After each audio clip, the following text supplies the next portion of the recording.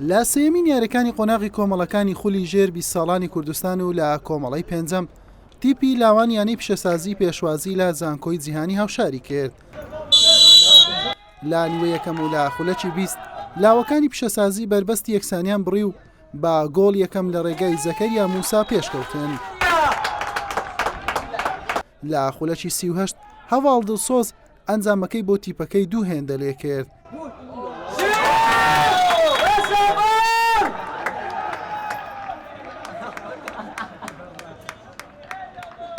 نیوە یەکەم بە دوو گۆڵی پاک بە سوودی خاوەن ماڵ کۆتایی هات.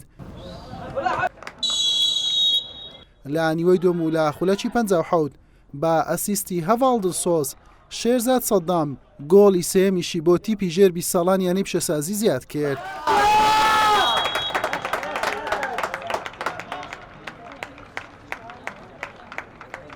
لە خولەکی 68 یەحیا غەدیر بە ئەسیستی هەواڵ گۆڵی چوارەمیشی بۆ پیشەسازی تۆمار کرد.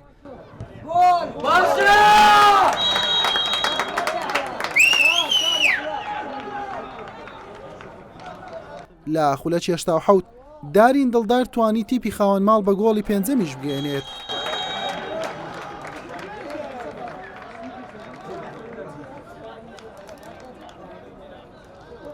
لە دواسات یاریەکەش هەواڵ دڵسۆز گۆڵی دووەمی خۆی و شەشەمی تیپی لاوانی پیشەسازی تۆمار کرد. پیشەسازی بە 6 گۆڵی بێوەڵام لە زانکۆی جیهانی خاوەن ماڵی بردەوە.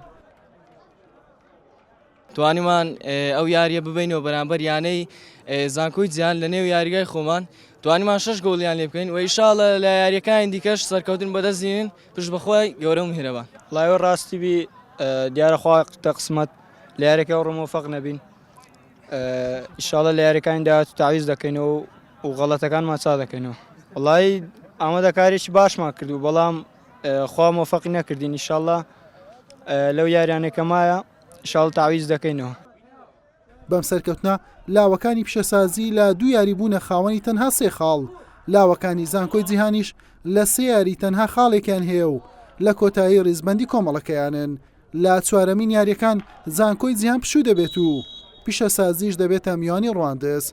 حوسێن محەممەد کەناڵی پێیام هەولێر.